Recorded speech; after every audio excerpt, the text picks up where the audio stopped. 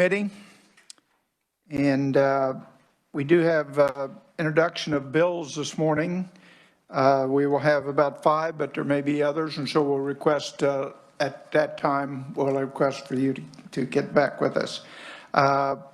First on the request, I have Senator Francisco.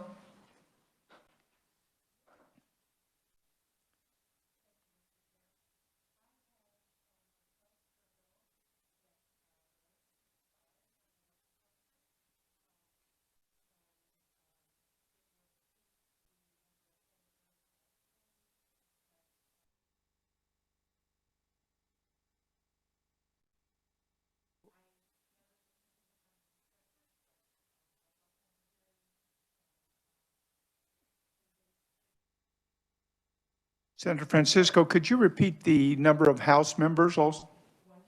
120. Okay. Thank you, Mr. Chair, and I should have used the phone. This is RS 1015.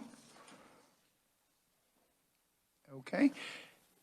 If there's no objections, seeing no objections, that bill will be introduced. Thank you very much. Thank you. Next, we have Senator Hostler. Is she here? Yes, there she is.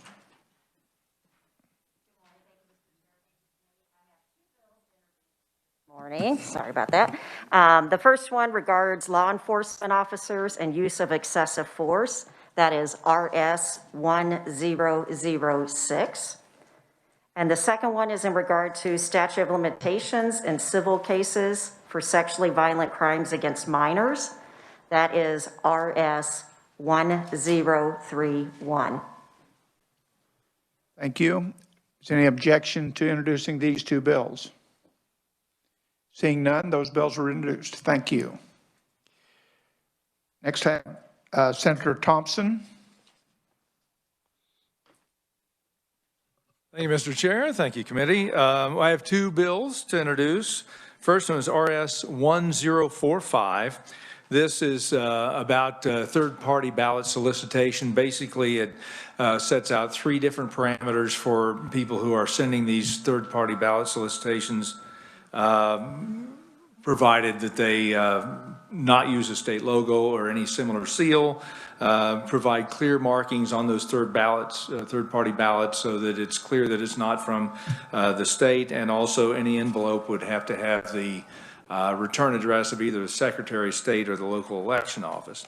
The other bill is RS 1145, and this just sets uniform rules and for setbacks for wind turbines. Also sets rules on aviation lighting and some of the noise thresholds. So those are the 2 bills. Thank you very much. Committee, is there any objection to these 2 bills? Seeing none, those bills will be introduced. Thank you. Senator Faustido. Thank you, Mr. Chairman. I'm introducing a bill today for Senator Holscher as well, RS 0448. Mr. Chairman, Connie, members, it's a revision to crimes of sexual battery concerning spousal removal. Thank you very much. Is there any objection to this bill?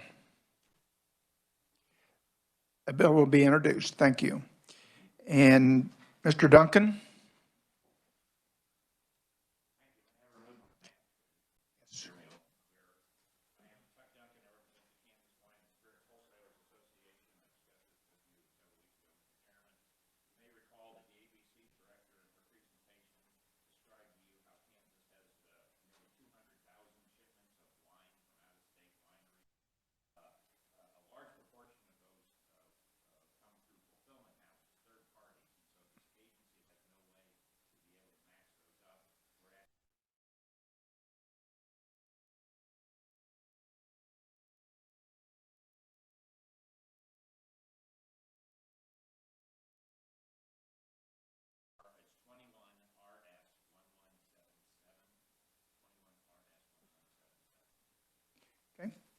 Thank you very much. Is there any objection to this bill being introduced? Seeing none, bill will be introduced. Are there any other bill introductions? Seeing none, thank you very much. We'll move on to authorizing sports wagering under the Kansas Expanded Lottery Act, Senate Bill 84. And we have a staff briefing. Who will be giving it? Thank you, Mr. Jason. Chairman. Members of the committee, Senate Bill 84 will look very familiar to some of you, as it is nearly identical to Senate Bill 283 that this committee heard and worked last session. But for those of you who are new to this committee and to the Senate, very briefly, all gambling in the state of Kansas has to be owned and operated by the state pursuant to the Constitution. And the statutory scheme for that is set up so that the Kansas Lottery is the state agency with ownership and control over all gambling in the state of Kansas. And so Senate Bill 84 would put sports wagering, or sports books as they're commonly known, within the Kansas Expanded Lottery Act. And the Kansas Expanded Lottery Act is the act that was passed back in 2007 to authorize the state to enter into management contracts with casino managers for the 4 state-owned casinos that are in the state. So Senate Bill 84 would essentially piggyback off of that act by authorizing the state to amend those management contracts to include provisions to allow the casino managers to conduct sports wagering at their facilities and through what are called in the bill interactive sports wagering platforms, which are basically your applications to do online sports wagering, either at your computer or through a mobile app. Would give you the ability to place bets on sporting events. If after 2 years, so by July of 2020, there is only one casino manager who is contracted to do sports wagering, or there are no casino managers conducting sports wagering, then the Kansas Lottery would be authorized to go ahead and conduct sports wagering on its own through its own interactive platform and carry out that way. But if there are 2 or more casino managers involved, then it would be exclusively through the casino management contracts under Senate Bill 84. Sections 1 through 10 of the bill are new sections to be added to the Expanded Lottery Act to provide some regulations and parameters around sports wagering in Kansas. Includes limiting wagering to only individuals who are 21 or older, and allowing individuals to place themselves on a self-exclusion list so that they would be prohibited from placing bets by the casino manager. These sections, section 3 talks about approval of the interactive platforms, these applications, online applications. Each manager could select and use up to 3 different platforms for doing its online sports wagering. Those would have to be approved by the Kansas Lottery. Section 4 authorizes Kansas Racing and Gaming Commission, which is generally a rule and regulatory body for racing and gaming in Kansas. Section 4 authorizes that body to adopt rules and regulations regarding sports wagering advertising. Section 5 authorizes the Kansas Lottery to restrict or exclude wagers on certain sporting events by providing notice to the casino managers. Section 6 provides some general requirements for casino managers in conducting sports wagering, such as restricting certain individuals from placing wagers, maintaining security of the data, and cooperating with investigations by the lottery, the Racing and Gaming Commission, or law enforcement agencies. Section 7 requires the casino managers to maintain records of certain individuals who make sports wagers totaling $10,000 within a 24-hour period. That basically triggers the requirement that they maintain records on that individual as provided in that section 7 of the bill. and they make those available for inspection by the Lottery or the Racing and Gaming Commission if there's a question regarding that individual's activities. Section 8 creates a cause of action for the state against any person who knowingly engages in, facilitates, or conceals conduct that's intended to improperly influence the outcome of a sporting event. Section 9 establishes the Sports Wagering Receipts Fund and the procedure for the revenues from sports wagering to be deposited in the state treasury.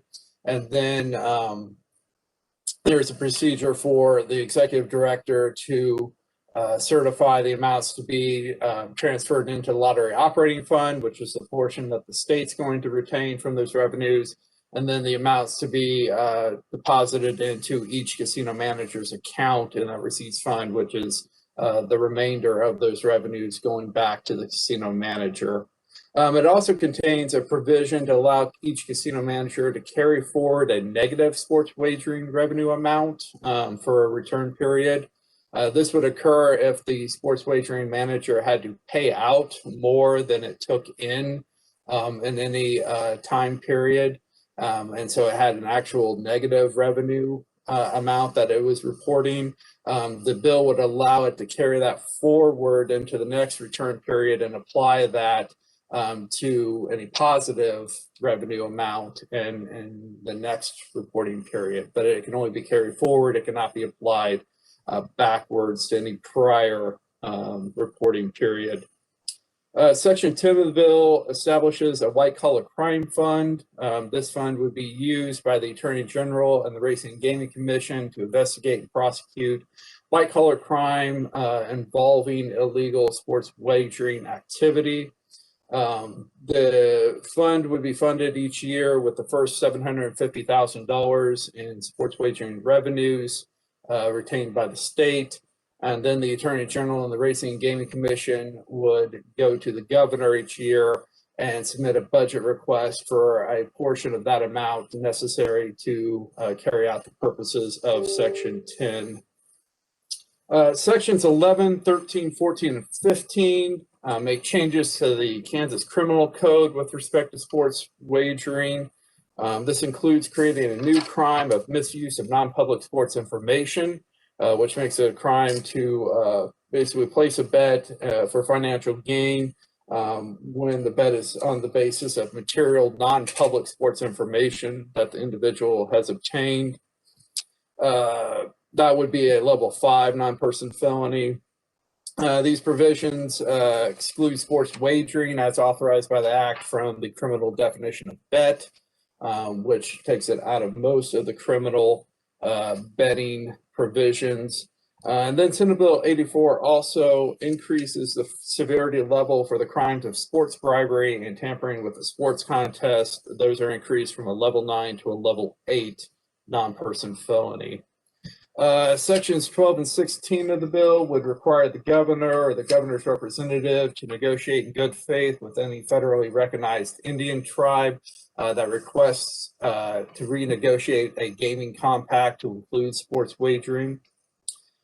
Section 17 amends 74-A702. This is a statute with all the definitions for the Kansas Lottery and the Expanded Lottery Act. It adds definitions for interactive sports wagering platform, match fixing, sporting events, sports wagering revenues, all those new terms that are key to the provisions in sections 1 through 10.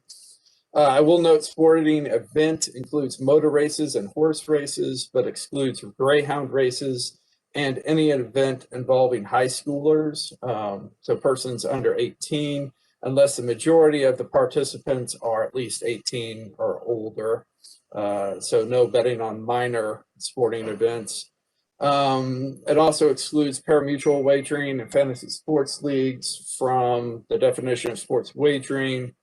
And then it modifies the definition of lottery facility games. Instead of referring to tribal games under current law, the definition would refer to those games allowed by a licensed gaming facility in the United States.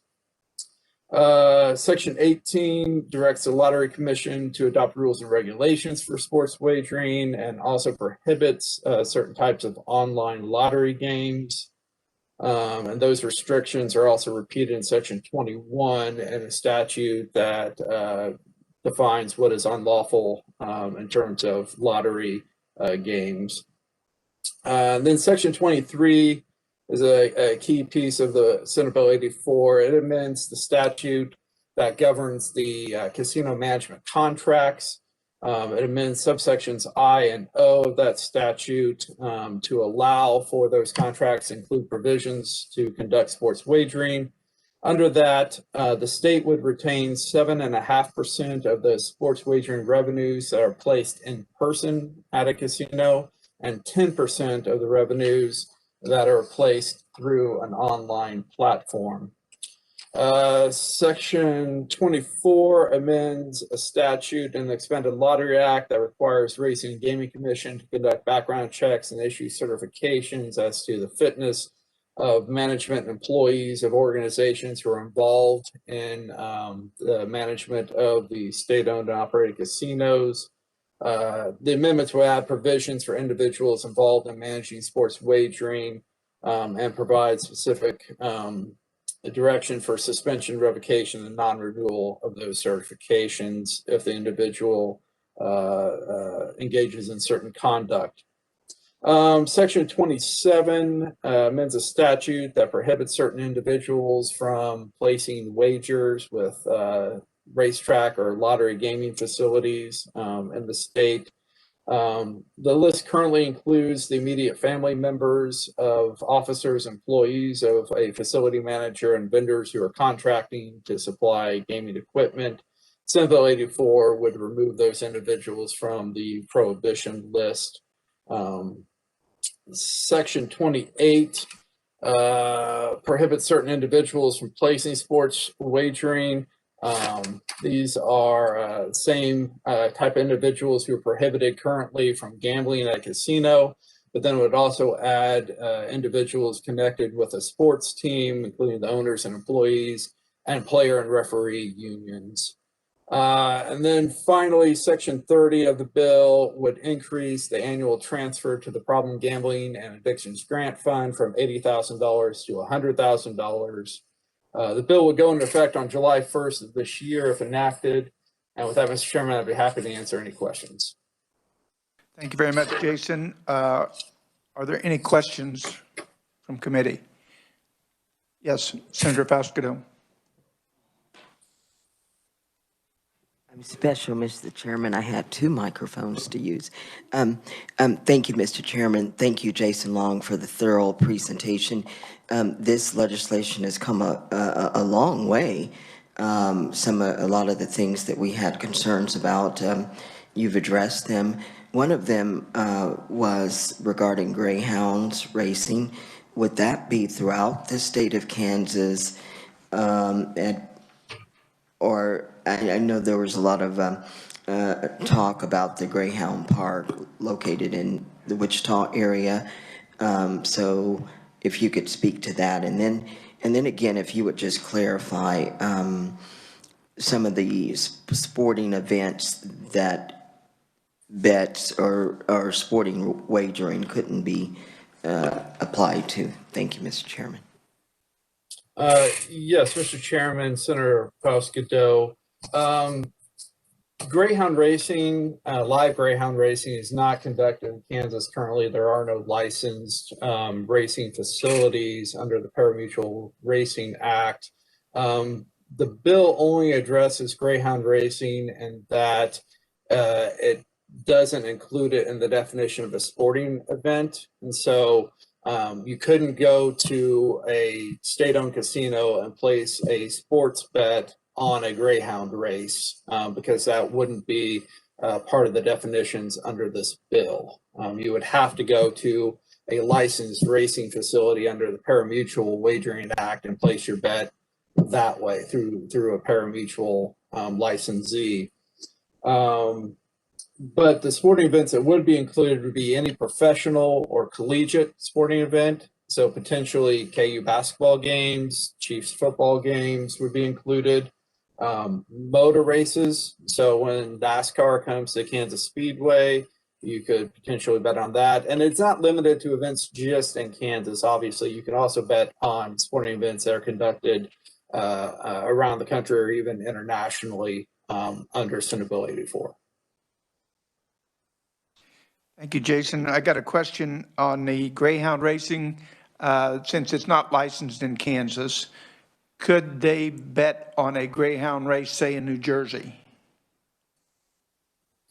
I don't think so, because the exclusion is wagers that would be placed pursuant to the Pari-Mutuel Wagering Act that we have in Kansas, and that act governs simulcast races, which is what you're talking about when you place a bet on a race that's being conducted at another racetrack.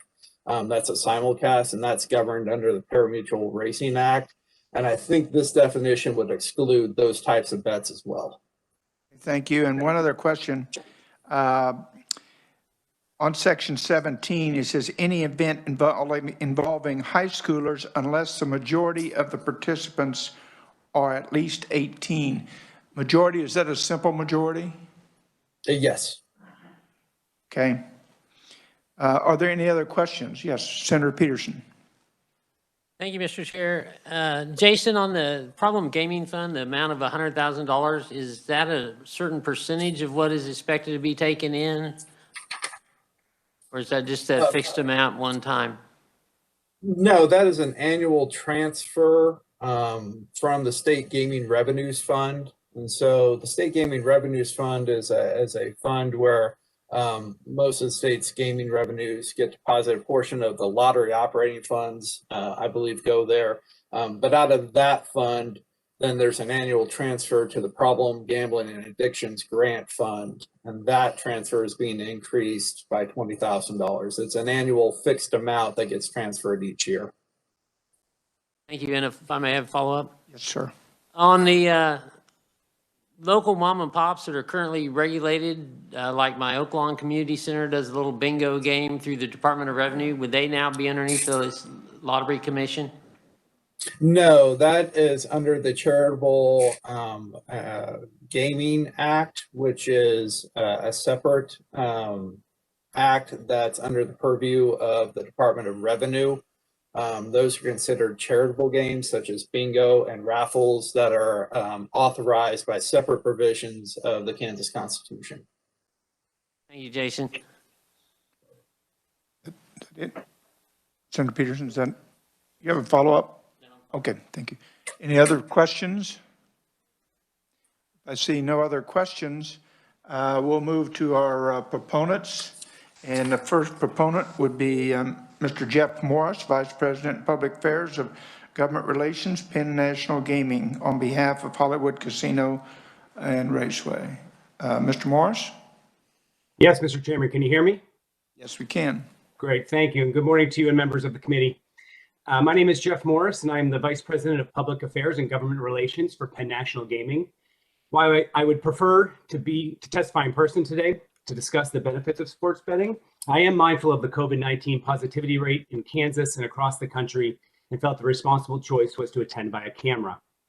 As you may know, Penn National Gaming is the nation's largest regional gaming operator with 41 casinos and racetracks throughout the United States. In Kansas, we are proud to operate Hollywood Casino at Kansas Speedway. Since opening in 2012, we have paid over $465 million in taxes and fees to state and local government and provided over $11 million in charitable contributions.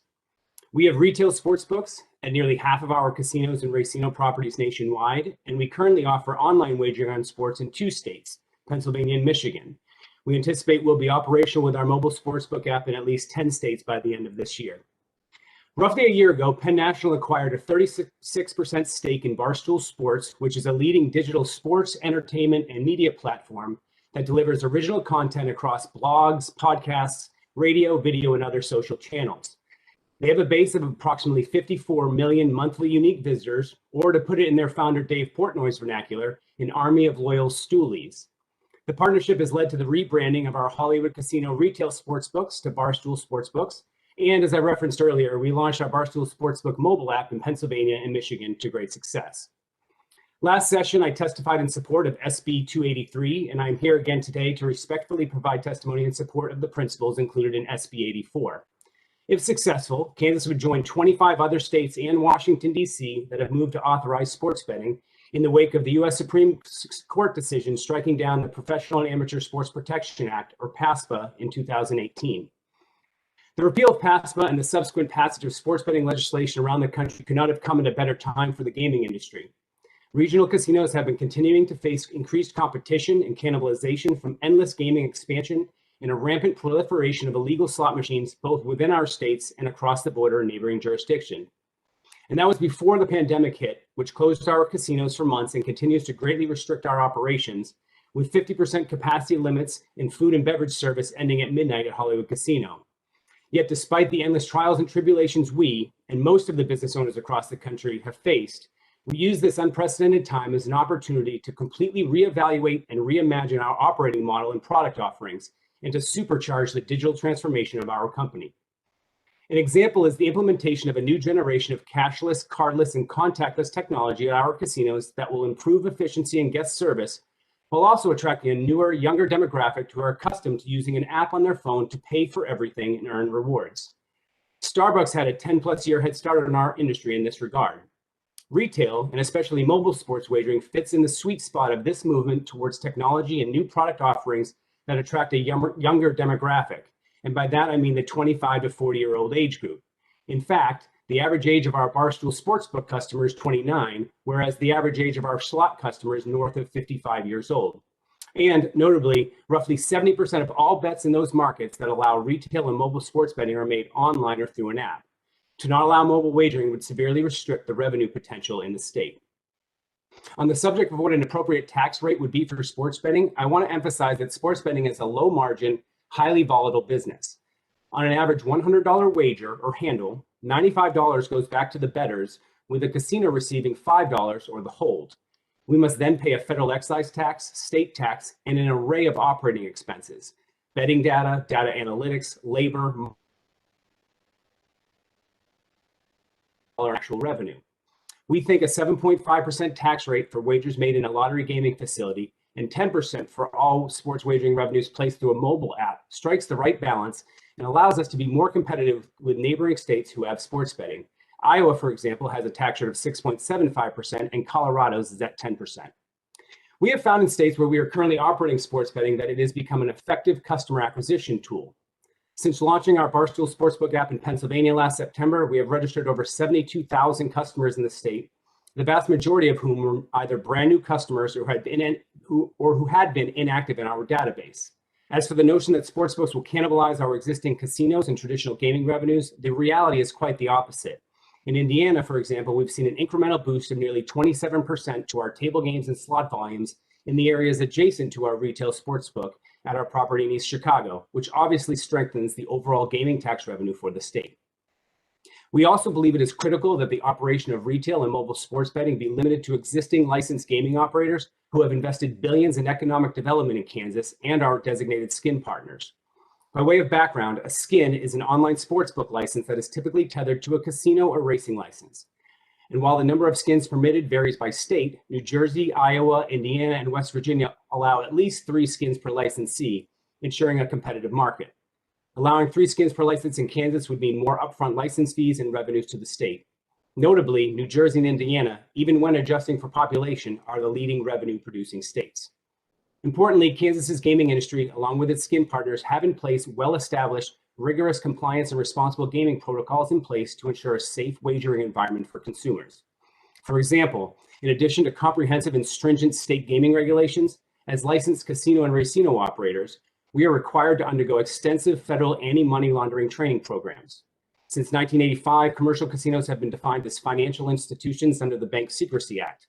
As such, we have in place sophisticated customer verification procedures, which includes reporting suspicious transactions while further regulating, supervising, and monitoring anti-money laundering operations. Operating such a complex security system is expensive and extremely labor-intensive. We spend millions of dollars annually on surveillance equipment, surveillance personnel, and security officers at each of our properties to maintain a safe and secure environment for our customers. In closing, I'd like to take the opportunity to update you on the latest information on the debate about whether to include official league data in legislation. Although that language is not included in SB 84, we are aware the leagues continue to press for inclusion, including in a House bill recently introduced. Most, if not all, of the professional sports leagues have sold their data to the major suppliers like Sportradar and BetGenius, whom the operators are compensating for the data feeds they provide our sports books. In addition, many gaming operators, including Penn National, have signed commercial deals with the leagues for specialized proprietary in-game data, such as how fast a puck is traveling or who had the hardest slap shot, to grow interest in sports wagering. This proves that these deals can be reached privately and should not be legislatively mandated in what third parties declare to be commercially reasonable terms.